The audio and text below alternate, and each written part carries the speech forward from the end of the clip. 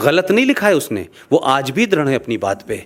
उसका तो कत्ल तुम करते हो भाई, लेकिन मोहम्मद की शान में आईएसआई का झंडा बन जाता है। अल्लाह मोहम्मद का नाम लेकर के लोग झंडा चलाते हैं, अल्लाह मोहम्मद का नाम लेकर के इस देश में कत्लो गारत करते हैं। तुम उनके खिलाफ क्यों नहीं आवाज उठाते हो, उनको क्यों नहीं मारते हो, यह भी बताओ। कि जैश ए मोहम्मद क्या है भाई? ये क्या जैश ए मोहम्मद है? जैश ए मोहम्मद का नाम जानते हैं आप? क्या है इसका मतलब? सल्लल्लाहु अलैहि वसल्लम प्रॉफिट मोहम्मद साहब की फौज। अब अल्लाह के नाम से, मोहम्मद के नाम से आप दुनिया के क्रूर काम कर रहे हो। अल्लाह ने कहा या नहीं कहा, यह डिबेट अलग हो सकती है, लेकिन अल्लाह के मानने वाले मोहम्मद का नाम लेके आतंकवादी संगठन बनाते हैं। न पाकिस्तान में कोई बोलता है, न भारत का मुसलमान कोई बोलता है। अगर गलती से कोई हिंदू मोहम्मद साहब की शान में कुछ कह दे तो तलवार उठा लेते हैं। तो ये तलवार अल्लाह ने सिर्फ हिंदुओं को मारने के लिए उठाई थी कि मुसलमानों से भी कहा था कि अगर तुम भी उसके खिलाफ जाओगे तो तुम्हें उसके खिलाफ भी तलवार उठानी चाहिए? ये मक्कारी है, ये झूठ और फरेब इस देश में चल रहा है। कोई संगठन दुनिया का ऐसा इस वक्त नहीं है इस्लामिक वर्ल्ड का जिसमें मोहम्मद का नाम ना हो, अल्लाह का नाम ना हो, कुरान का नाम ना हो, शरिया का नाम ना हो, हदीस का नाम ना हो, लेकिन धड़ल्ले से ये व्यापार चल रहा है और डराया जा रहा है। तो ये जैश ए मोहम्मद नहीं तो किया था, ये जो अभी अभी कश्मीर में हुआ है। और जब ये घटना घटती है तो उसी यूनिवर्सिटी में जिसमें मैं पढ़ा था, वहाँ का एक पीएचडी करा हुआ लड़का लिखता है, क्योंकि कोई उड़ी फिल्म आई है उसमें कुछ कहा है हाउस द जोश, ये शायद उसका कोई, उस लड़के ने जो पीएचडी कर रहा है अलीगढ़ मुस्लिम विश्वविद्यालय में, उसने लिखा हाउस द जैश। इस घटना के बाद उसे पर नहीं पकड़ा किसी ने, उस सोच को वहीं नहीं रोका उसने कि वो भारत की सेनाओं पे हमला करने वाले संगठन के बारे में तंज कसते हुए, आपको चढ़ाते हुए लिखता है हाउस द जैश। कुछ नहीं होता उसके ऊपर। इस हमले के बाद नॉर्थ इंडिया के अखबार इधर कितने आते नहीं आते, कोई शहर ऐसा नहीं था उत्तर प्रदेश का, बिहार का, जहां लोगों ने कमेंट करने, लिखने, मैसेज करने में तमाम भारतीय सेना को गाली न दी हो और इस बात का फख्र न करा हो कि 40 फौजियों को जैश ए मोहम्मद ने मारा है। जिस आतंकवाद से आप समझ रहे हैं कि यह आतंकवाद पाकिस्तान ने किया है, वो तो पैदा हुआ ही इसीलिए है, उस पर तो सेकंड थॉट ही नहीं है। इसको बार बार ये कहना पाकिस्तान ने किया है, पाकिस्तान ने किया है, पाकिस्तान का हाथ है, भाई पाकिस्तान का हाथ नहीं, पाकिस्तान का पैर, गला, सब कुछ है इसमें। लेकिन ये कह देने से बात नहीं बनेगी ना भाई। पाकिस्तान क्या कर रहा है वो समझ में आता है, लेकिन इस देश में आपने 70 साल में गंगा जमुना तहजीब के चलते 500 से ज्यादा कश्मीर बना दिए हैं। घर घर लड़ाई हो रही है। आपको अंदाजा नहीं है, दिल्ली जैसी जगह के अंदर हिंदुओं के घरों के सामने, मैं कॉलोनी का नाम देता हूं, गूगल पे जाके सर्च करिए, श्रीनिवासपुरी, साउथ दिल्ली की कॉलोनी है। एक नया हथियार निकला है कि हम अपना धार्मिक डिमॉन्स्ट्रेशन इतना ताकतवर करेंगे कि अगर उसको कोई देगा तो अरे साहब देखिए साहब, हमारी धार्मिक भावनाएं भड़क जाएंगी। उस गली के अंदर नमाज पढ़ने की प्रथा शुरू हो गई कि आप जुमे में 1 घंटा नमाज पढ़ेंगे। उतनी देर तक हिंदू अपनी खिड़कियों को बंद कर लेते हैं, दरवाज़ों को बंद कर लेते हैं। और करा क्या कि धीरे धीरे घर के आप उनके आंगन में चले गए, आप उनकी छतों पे जाने लगे। वो इतना डर गए कि दिल्ली जैसी जगह में श्रीनिवासपुरी से 50 हिंदू परिवार मकान छोड़ के चले गए। ये दिल्ली की बात बता रहा हूं मैं आपको। मालदा में हुआ सबको पता है, कैराना में क्या हुआ सबको पता है, रामपुर में क्या हो रहा है सबको पता है, अलीगढ़ में क्या हो रहा है सबको पता है, लेकिन बाकी जगहों की खबरें ही नहीं आ रही। यह आतंकवाद मेरे लिए ज्यादा खतरनाक है। ये टेलीविजन के ऊपर रहमानी, सलमानी, शैतानी, छोटे भाई का पजामा, बड़े भाई का कुर्ता पहन के अजीब अजीब वेशभूषा में लोग आते हैं, क्या क्या बकवास करते हैं। एक कहता है बाबर ने भारत को सभ्यता दी है, दूसरा कहता है कि औरंगजेब रब्बुल आलमीन था। वो औरंगजेब क्यों महिमा मंडित करते हैं भाई? माफ कीजिएगा, उनको औरंगजेब को महिमा मंडित करने का कोई इरादा नहीं है। वो हर उस शख्स को, वो हर उस मुल्क को महिमा मंडित करते हैं जो भारत और भारत की मेजॉरिटी के साथ खड़ा होता है। हर उस आदमी को महिमा मंडित करते हैं जिसने आपके ऊपर अत्याचार किए हैं। उनका औरंगजेब से कोई संबंध नहीं है। सिर्फ इसलिए कि औरंगजेब ने जो किया, बाबर ने जो किया, शाहजहां ने जो किया, आपको जलील करने के लिए आप लगातार उस कुंठा में रहें, उस इंफर्टी कॉम्प्लेक्स में रहें, उस एहसास कमतरी में रहें। इसलिए हर वो चीज के साथ वो वर्ग खड़ा हुआ है जिसमें आपको छोटा बौना दिखाया जा सके। हम आतंकवाद से लड़ाई कतई नहीं लड़ सकते, हम बहुत गलतफहमी में हैं। सेना का काम है, सेना करेगी, आज करेगी, कल करेगी, परसों करेगी, करती रहेगी, ये सिलसिला चलता रहेगा भाई। लेकिन मुझे ये बताएं कि जब ये 40 फौजियों की डेथ हुई तो हमको बड़ा आक्रोश हुआ। अब ये बात कोई और बोलेगा नहीं आपसे, लेकिन आप ज़रा एवरेज लगाइए कि 1971 की वॉर में 1200 सैनिक मरे थे कुल मिलाकर के, और ये जो अभी आखिरी आपकी हुई है सियाचिन वाली, इसमें कोई 650 मरे थे। लेकिन ज़रा सा गूगल पे जाइए और पिछले 2 साल का डाटा निकाल लीजिए, 2 साल का, सिर्फ जम्मू कश्मीर का, छोड़ दीजिए नॉर्थ ईस्ट में क्या हो रहा है, आसाम में क्या हो रहा है, यूपी में क्या हो रहा है, बंगाल में क्या हो रहा है, उसको छोड़ दीजिए। हर 3 या 4 दिन में 2 फौजी मर रहे हैं, आपके इंटरनल आतंकवाद से मर रहे हैं। जरा उनकी गिनती निकाल लीजिए, क्योंकि वो 2 और 1-1 मर रहे हैं तो उनका कोई खाता नहीं होगा भाई, उनके लिए सामूहिक चेतना नहीं होगी। ये वो जानते हैं। 1971 वॉर के बाद पाकिस्तान को ये पता चल गया था कि वो सीधे तौर पे भारत से नहीं लड़ता, ना लड़ सकता है, तो उन्होंने एक डॉक्ट्रिन को ईजाद किया जो भारत के कुछ समझदार लोग जानते हैं, लेकिन भारत के समाज को नहीं पता है। 1971 के बाद वो एक डॉक्ट्रिन तैयार हुई, और उस डॉक्ट्रिन का काम था bleed India with 1000 cuts. Bharat को 1000 जख्म दो जो लगातार रिश्ते रहे। तो ये आपके देश में रेडीमेड उनको लोग मिल जाते हैं, स्लीपर सेल मिल जाते हैं, कहीं कश्मीर के नाम से, कहीं JNU के नाम से, कहीं जादवपुर के नाम से। ये तमाम वो लोग हैं जो किसी खास एजेंडे के तहत काम कर रहे हैं, और भारत अपने ही घर में लड़ रहा है। लिहाजा ये लड़ाई पाकिस्तान को माइनस भी कर दे थोड़ी देर में तो आपके यहाँ बड़ी भयावह है। इसलिए ऐसा नहीं होता कि यकायक एक शख्स एक यूनिवर्सिटी का वाइस चांसलर रहता है, माइनॉरिटी कमीशन का चेयरमैन रहता है, ईरान में राजदूत रहता है, भारत का उपराष्ट्रपति बनता है, 2-2 बार बनता है, और उतरते ही उसको डर लगने लगता है कि मुसलमान भारत में, डर लगता है उनको। अब उस हामिद अंसारी से ये पूछो भाई कि अगर तुम्हें ये पता चल गया सारा मलाई खाने के बाद कि अब इस मुल्क में डर लगता है, तो बर्मा के बॉर्डर पे जाओ, वहाँ से जो रोहिंग्या मुसलमान आ रहे हैं उनको वहीं रोको भाई को, मत जाओ इस मुल्क में। मुझे डर लग रहा है, तुम्हें भी डर लगने लगेगा, मत जाओ इस मुल्क में। वो मक्कार वहाँ नहीं जाता है। इसलिए आपके शहर के कुछ लोग, उनको 2015 में एक साहब को डर लगा कि डर लग रहा है, वो अपनी बीवी से बेडरूम में कह रहे थे कि हम सुबह निकल चलते हैं, हमें डर लग रहा है, लेकिन अभी तक गए नहीं, वो चले जाते, हमने रोका नहीं था। फिर शिकायत 2018 में एक साहब को डर लगने लगा, वो मेरी यूनिवर्सिटी से पढ़ के आए थे, मेरे सीनियर हैं, उनको भी डर लगने लगा। मुझे ऐसा लगता है कि हर जो कंपोनेंट है उस समाज का, वो जुडिशरी में हो, वो सत्ता में हो, वो विपक्ष में हो, वो कश्मीर में हो, वो आसाम में हो, वो फिल्म इंडस्ट्री में हो, वो क्रिकेट में हो, वो हॉकी में हो, एक कोऑर्डिनेटेड अटेम्प्ट है, एक दूसरे के तार हैं ये, कि जो जिस हैसियत में है उस हैसियत में इस मुल्क को अपने पंजों पे खड़ा रखो। इस मुल्क की जो पहचान है उस तरफ लोग न बढ़ें। जैसे ही बढ़ते हैं आप, क्या वजह हो गई भाई कि अभी यकायक डर लगने लगा? मैंने इतनी घटना बताई इस देश के अंदर, कभी डर नहीं लगा। 350, 400, 500 लोग आपके मुंबई बम धमाकों में मरे, किसी ने कहा था कि डर लग रहा है? किसी को डर क्यों नहीं लगा भाई? लेकिन अब डर शायद इसलिए लग रहा है कि हम जैसे लोग, GD बख्शी जैसे लोग, RSN, सुशील पंडित, गौरव आर्या और तमाम वो ताकतें जिनको लगता था कि 70 साल, हमारे यहाँ कहा जाता है, यूपी में कहावत है कि 7 साल के बाद जो कूड़ा डालने की जगह होती है ना, कहते हैं 7 साल बाद तो उसके भी दिन बदल जाते हैं, और कूड़े के ढेर की जगह कोई मकान बन जाता है, कुछ अच्छी जगह बन जाती है। इस देश को 70 साल लग गए। ये कूड़े का ढेर साफ़ हो रहा है, ये ढेर बदल रहा है, तो लोगों को लगता है कि वीर सावरकर के बारे में उत्तर प्रदेश में चर्चा हो रही है, सुभाष चंद्र बोस क्या थे इसकी चर्चा हो रही है। भारत का प्रधानमंत्री 21 अक्टूबर को लाल किले पे जाके झंडा फहराता है, मानता है, कहता है कि यूनाइटेड भारत का पहला प्रधानमंत्री सुभाष चंद्र बोस था। उनके नाम से म्यूजियम बनाया जाता है।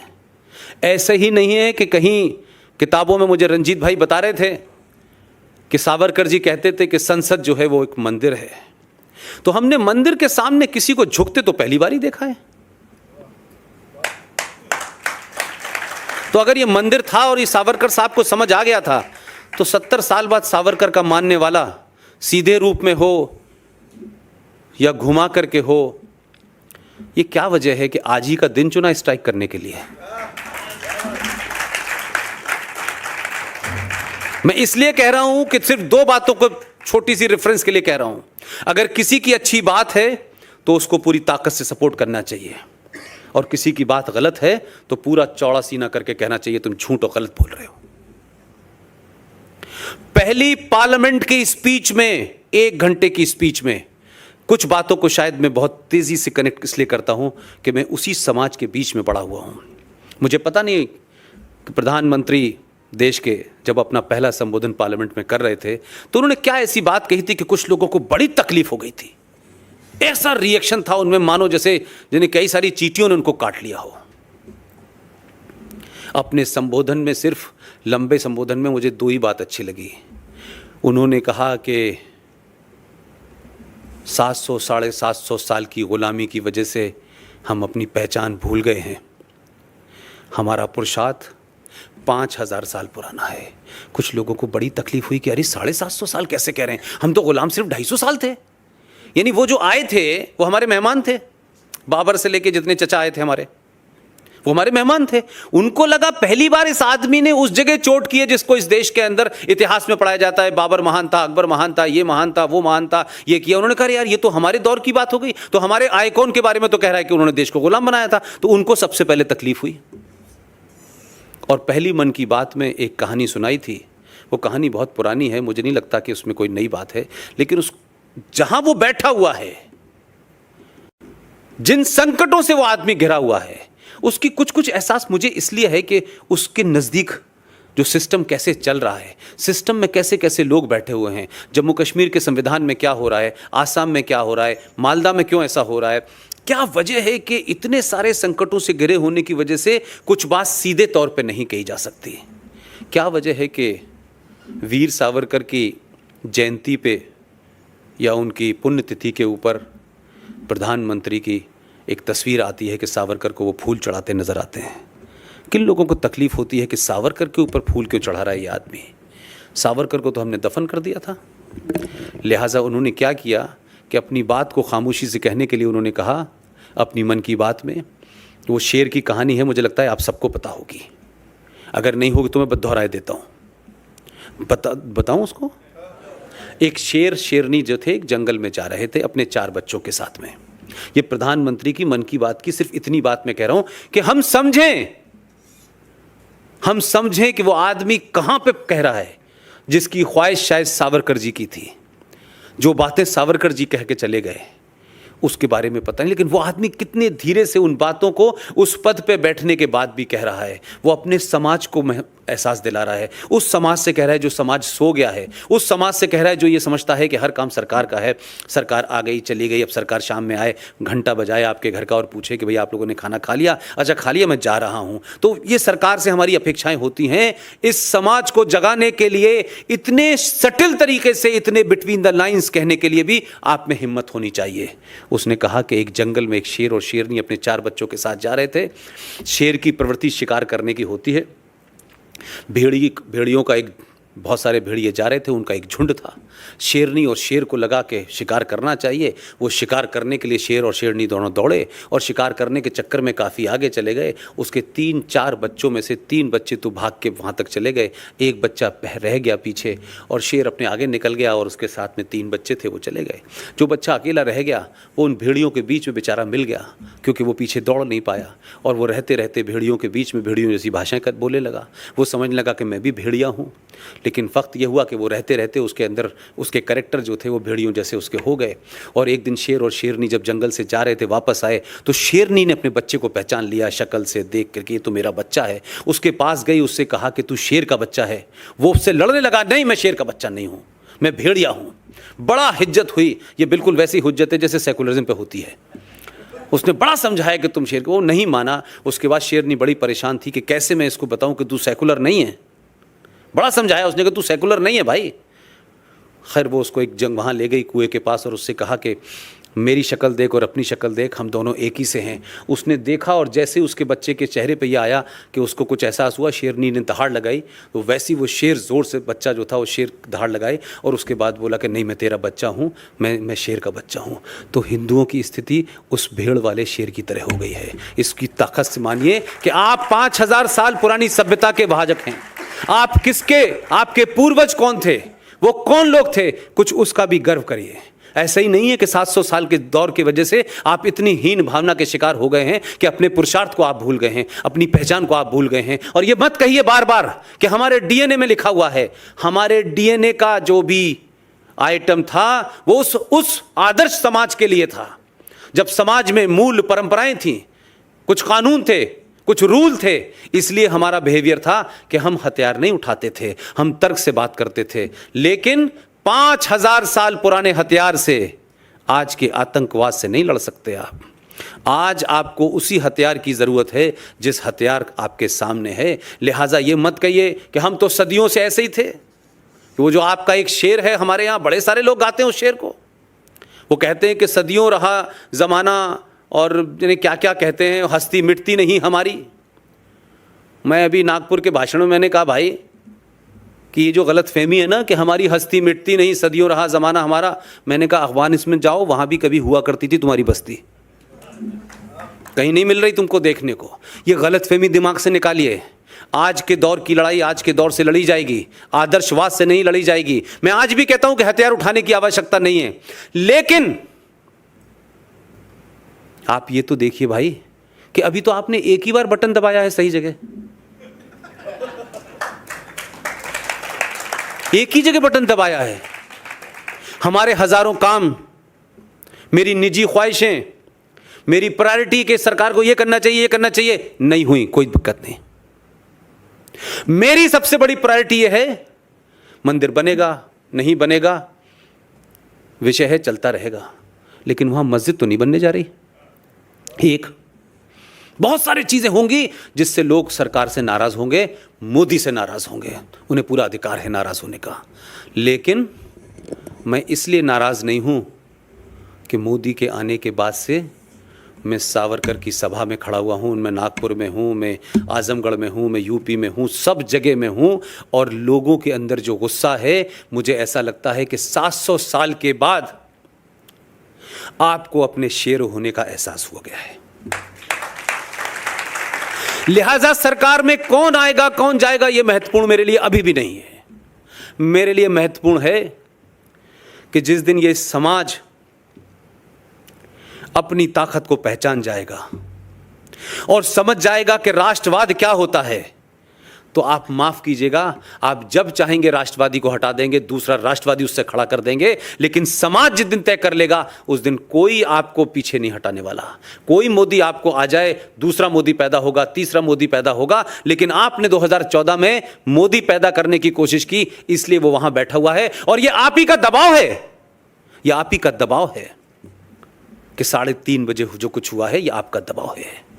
उसको पता है गली मोहल्ले में क्या हो रहा है, उसको पता है जिन लोगों ने मुझे चुना है, अगर मैंने उनकी 100 ख्वाहिशात पूरी नहीं की हैं, लेकिन कुछ तो ऐसी हैं जो इस देश के लिए हैं, उसने पूरी की। लेकिन 2026-11 के बाद तो ऐसा कुछ नहीं हुआ था, क्योंकि तब आप गलती से बटन ने कहां दबाते थे। इसलिए बटन का ध्यान रखिए। मैं प्रचार फिर नहीं कर रहा हूं, मेरा गुस्सा यह है कि छोटी सी गलती, छोटी सी कमी के कारण, छोटी सी नाराजगी के कारण राष्ट्र अहित ना हो जाए हमारा। क्योंकि बड़ी मुश्किल से हमको 70 साल में कम से कम ऐसा आदमी तो मिला जो वीर सावरकर के सामने नतमस्तक होता है, जो पार्लियामेंट में जाने से पहले कहता है ये मंदिर है और अपना सर झुकाता है, जो आतंकवाद को आतंकवाद की तरह डील कर रहा है।